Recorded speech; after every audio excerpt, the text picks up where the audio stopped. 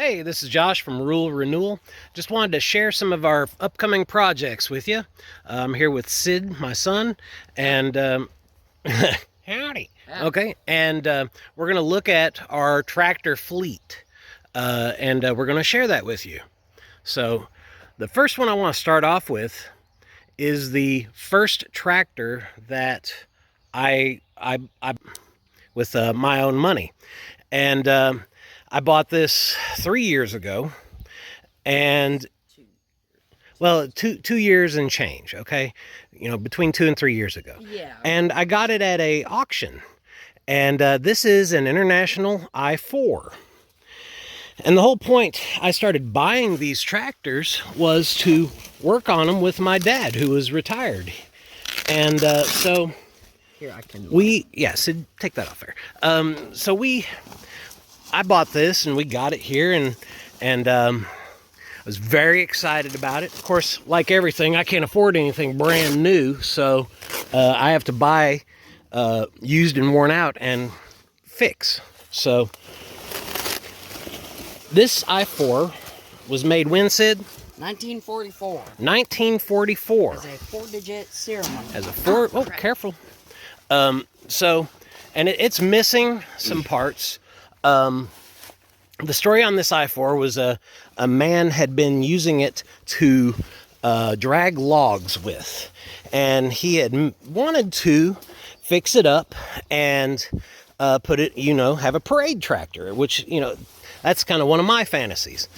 So we got it home, and Dad and I started working on it, and we were having a great time. And then I found another deal on some tractors. And we'll talk about those in a little while. But this tractor, like I said, is missing some parts. I don't have a pintle hook or a pintle hitch, whichever you call it. It sat in a shed for years. This rim is like totaled. I'm not going to throw it away. I'm going to try to repair it. But what I did do was I found another I4. And this I4 was from up north, I want to say Michigan. And this one's a 1945. And It is at least. well, we think it is. I'll show you the number plate in a minute, because this one was in a fire. And it turns out, ironically, that this tractor was a parade tractor. And it was in a garage, and the garage caught fire, and it didn't make it out.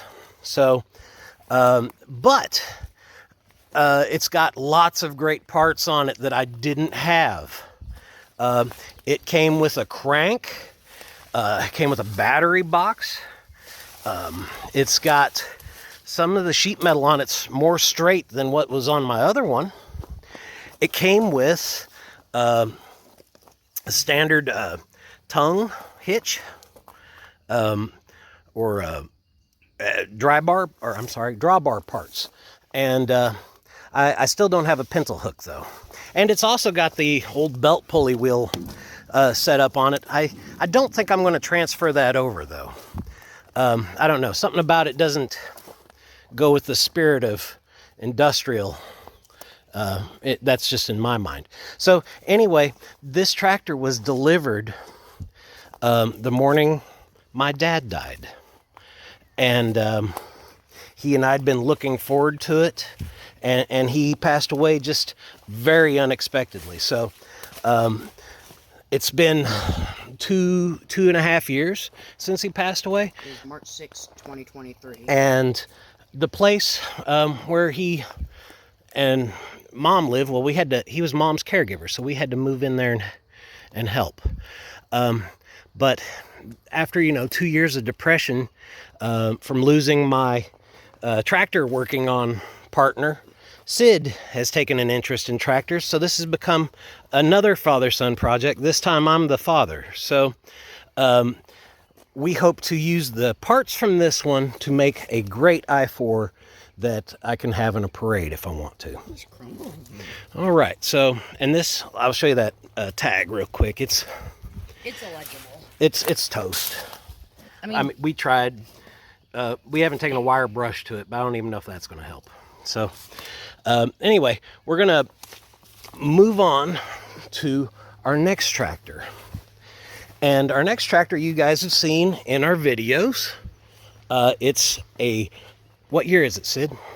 A 1956 Farmall 300 utility.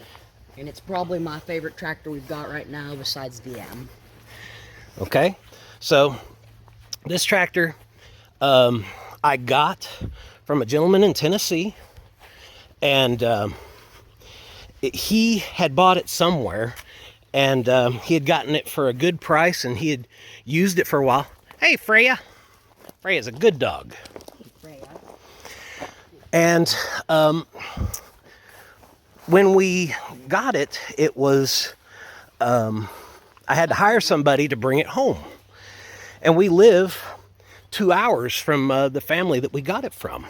So the only thing more worn out than this tractor was the actual flatbed truck we hired to bring it here. It took them 8 hours to go 200 miles. It was pretty remarkable. So this tractor is, as Sid said, 300 utility, international. It's my favorite model. I love this model and models from the same era because look at this. This is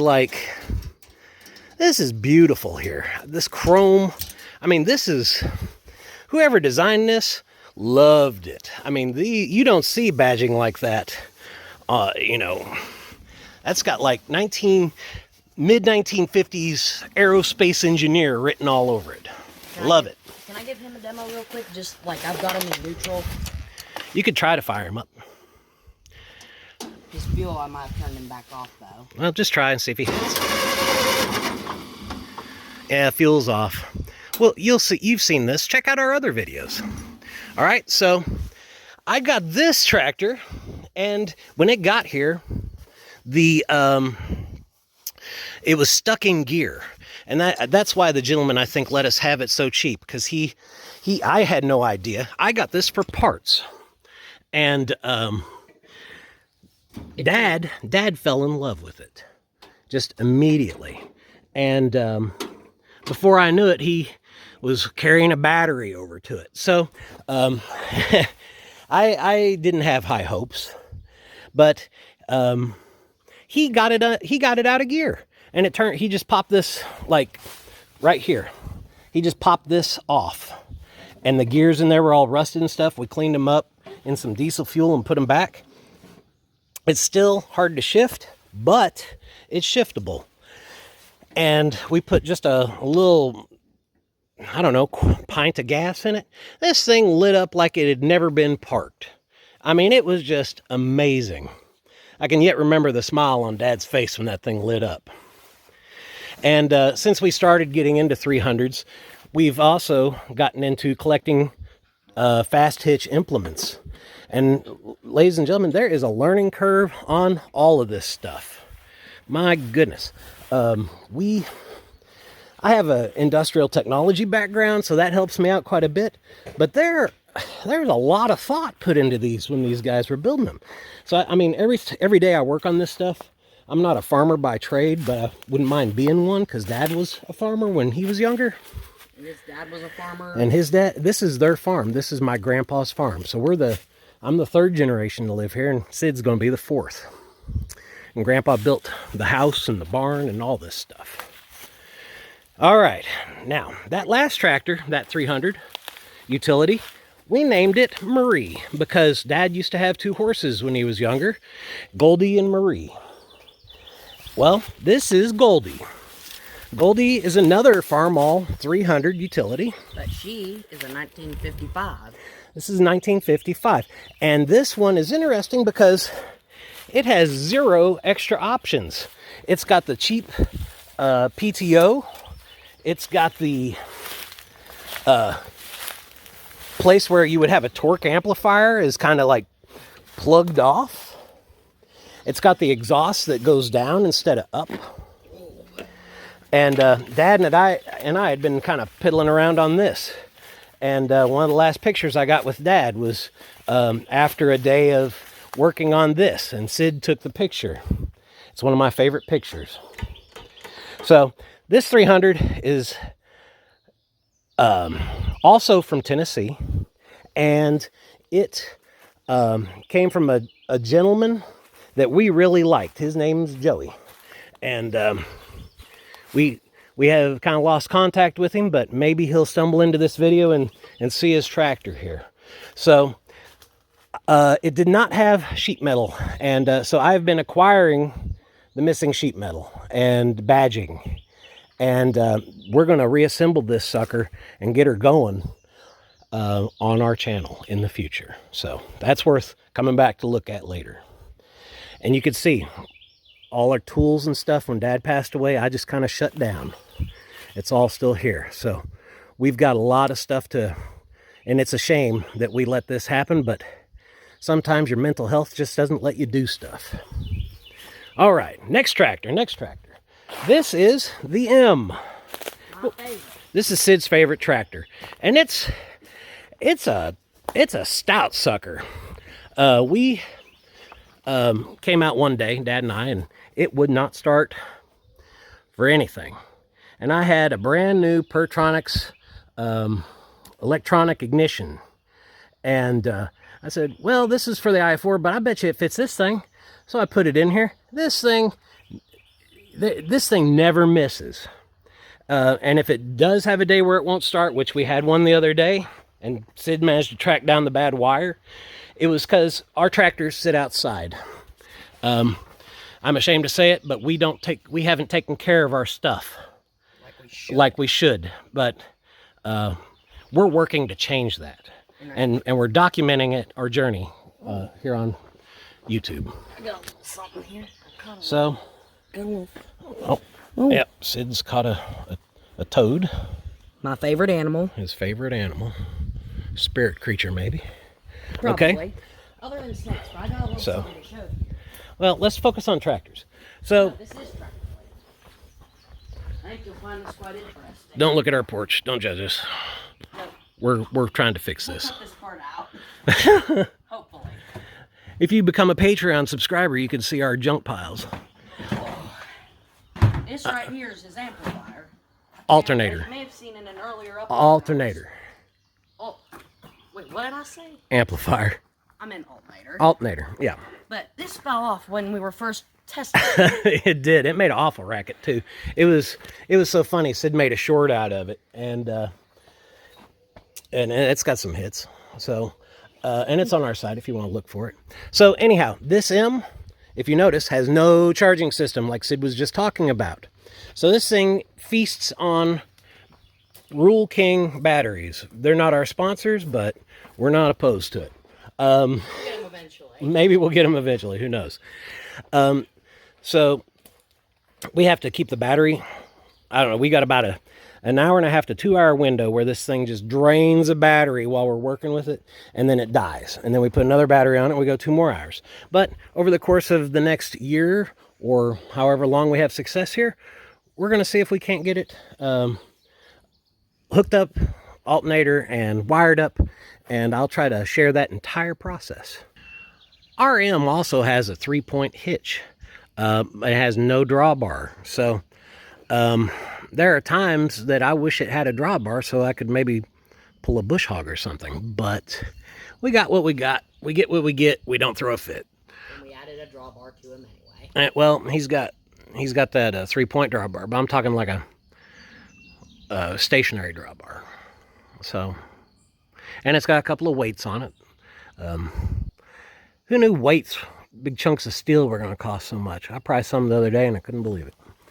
All right, so let's move on here. This is our garden plot, and while it took 3 days to get this little spot plowed and disked, and it looks like it was done by a blind man in the dark. I remember when watching Dad when I was a little boy, and everything would be straight and beautiful. I mean, it was like a work of art when Dad did it. This is my first time, and it's not great, but we're gonna make it work. Here's a junk trailer. It's a good trailer, it's just covered with junk. And, you know, here's some more of our rural paradise here. Our ultimate goal is homesteading, but you got to have tools to homestead, I think. All right, hey Sid, Yeah. what year is this duckbill F20? 1934. 1934. Because they did not make any in 1933. Okay. This is probably is it our oldest tractor? Yes. This is our oldest tractor. And Dad and I bought it and another F20, for parts. And when we got them 15 years ago, we got them with the intention of repairing my Grandpa Sherman's F20 that he bought in the Great Depression, brand new. This is Grandpa Sherman's F20. We have the cylinder head. I managed to find that, but it is missing like a lot of key stuff. But it's one that it's probably the one that started the dream here. We want to get this going just to have with the farm, because Grandpa bought it with a plow, which I'll show you shortly, and a drag type disc.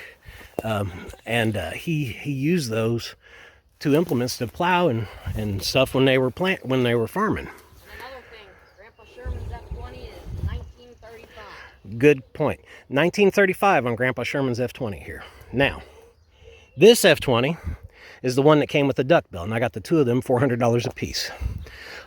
Eons ago with Dad. He paid for it though.